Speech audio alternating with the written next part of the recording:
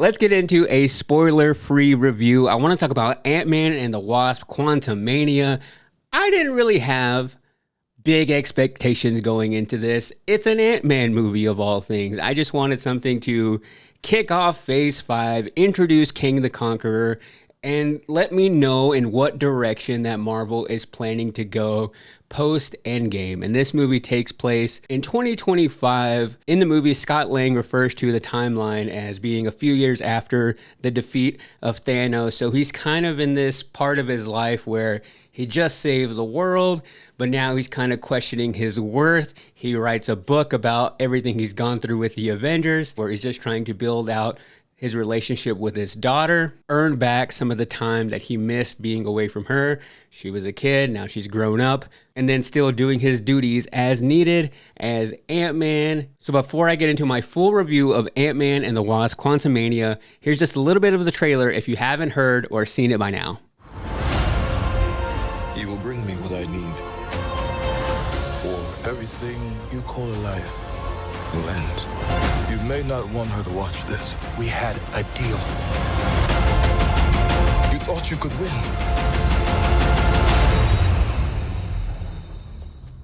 I don't have to win. We both just have to lose.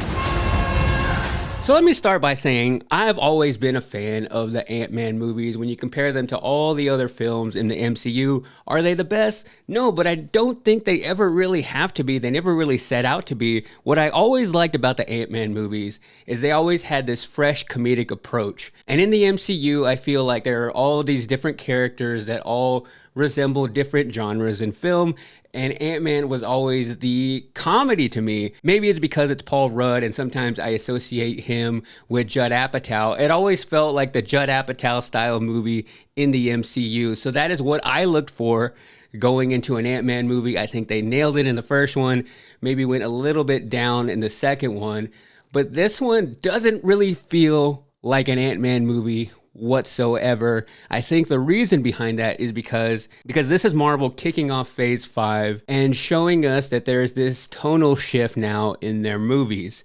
I think the reason I found it hard to get into this movie, and I never really thought it was a bad movie, I just never really thought it was a great movie, is because it was so different than every other Ant-Man movie. And for what I know his movies to be, it was almost like his character was a little bit out of place. It was on such a large scale. I know there's going to be a lot of puns to him being a small superhero, but we'll get through those. But it was such a big scale adventure and such a big villain to take on. I found myself saying a lot, could Ant-Man really do this by himself? Is this really an Ant-Man movie? Or is he the only character around now to carry out this story? When you get into more of the plot details, yes, they do work in his character pretty well. But when I go into an MCU movie, I always want to find the continuation of our character's story. And Scott Lang is a very interesting character. He is a reformed criminal, and the thing he's always hold the closest to his heart is his relationship with his daughter, Cassie. Above anything that he does, he always wants to make sure that he's doing right by her and getting to make up the time he's lost with her after being gone for 5 years in the blip. So that is what I was looking forward to seeing more of in this movie. I think the trailer hinted at it a little bit more, but I felt like it was just lacking something a little bit emotionally for me. And maybe that's also due to the large scale of this movie. There's so much special effects and CGI. I wonder if it was just hard for our actors here to interact with one another, interact with some of the other characters, and really give a full fleshed out performance. A lot of this movie was carried by Paul Rudd, but I would say hands down the best performance was Jonathan Majors as Kang. This movie really should have just been called Kang the Conqueror. That's what this movie should have been. And they couldn't have made that movie because people would have been less interested in seeing it. It wouldn't have done what it did at the box office this weekend. But if it would have just been called Kang the Conqueror, this would have served so much better as a villain origin story, because that is really what this movie ended up being. It is what I enjoyed the most about this movie. Jonathan Majors gave the best performance. I love just the cadence and the way that he spoke. And there were times in this movie where it got very quiet and the movie had some time to breathe, which I've never really seen in a Marvel movie. It was really committed to fleshing out this villain and making him seem very dark and mysterious, and the tension just kind of grow and him getting a little bit more evil and evil as it went along. So shout out to Peyton Reed, who directed not only this movie but the other two Ant-Man movies, to really show a different side of Ant-Man and make this one be completely different than the other two.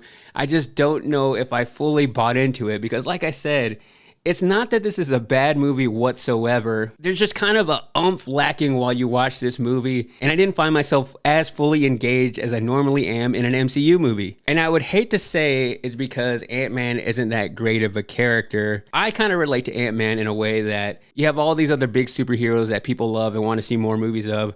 Iron Man, Captain America, Spider-Man, and Ant-Man is just kind of seen as like the laughing stock. And there's even a lot of references throughout this movie of him just not being known by people. He goes to the coffee shop and they think he's Spider-Man. I get that sometimes when I go out in public and people will recognize me from the Bobby Bones Show, but they don't entirely know my name. They just kind of know my face. And they're like, are you Raymundo? Are you Eddie? So I did like the message this movie had of rooting for the little guy. So aside from Paul Rudd, aside from Jonathan Majors, there weren't any other real standout performances. I love Evangeline Lilly, but she didn't really add much as the Wasp. Michelle Pfeiffer is a national treasure, hands down the best Catwoman ever. But I found her character a little bit off-putting in this movie. And Michael Douglas is okay. I've just never been the biggest fan of him in the MCU. So I do like the ambition and the scale that this movie took on. It almost felt a little bit Star Wars-like at times. I'm going to make a reference here, and I'm not saying in any way this movie is like the best Star Wars movie of all time, but there are some similarities in the beginning of this movie and in A Star Wars: A New Hope.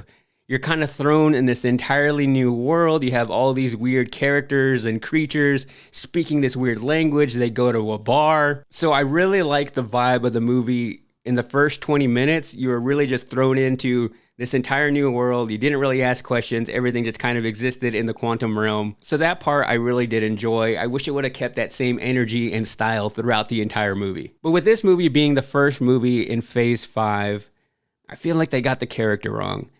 And I think Ant-Man would have been better in Phase 4.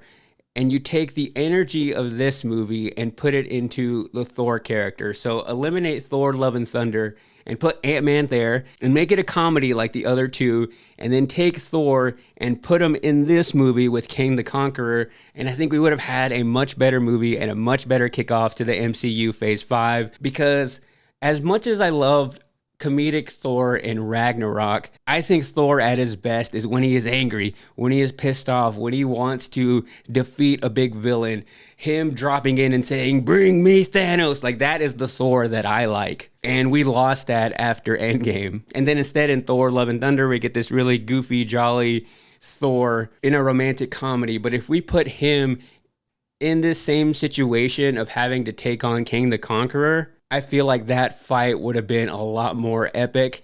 And even the similarities in the villains between those two movies, I think Kang the Conqueror is what I thought Gore the God Butcher was going to be in Thor: Love and Thunder. And I don't really think yet that Kang is that Thanos level of villain. I don't think he has to be that right now, which is what everybody is always going to compare the new villain to. But he has so much great potential, and this was a very good origin story for him. Above everything else in this movie, I love the establishment of the character, but there was nothing that really stood out about this movie. So I think on its own, probably a 2.5, but I love Kang the Conqueror so much that I'm going to bump it up to about a 3.5 out of 5. Just that character alone, I think, is what the MCU needs right now. And even though it's not the best MCU movie of all time, it's not top 10, probably not even top 20, I think it did exactly what it needed to do. Be a pretty good mid-MCU movie, do well at the box office,